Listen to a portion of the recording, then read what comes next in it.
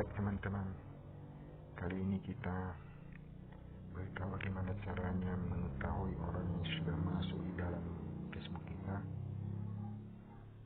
Dan sebelum lanjut ke tutorialnya, baiknya teman-teman subscribe, like, dan komen video ini.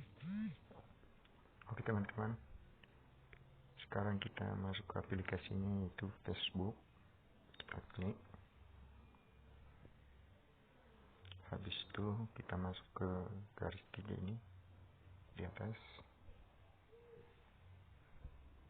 Habis itu kita gulir ke bawah.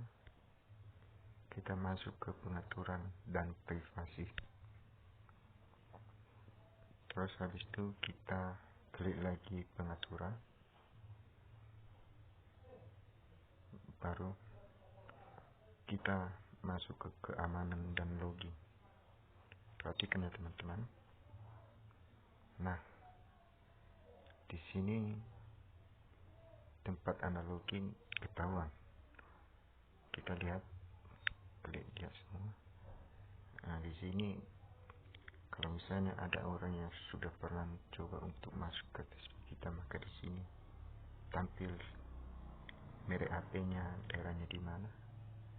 Nah, untuk mengeluarkannya adalah kita klik keluar dari semua sesi.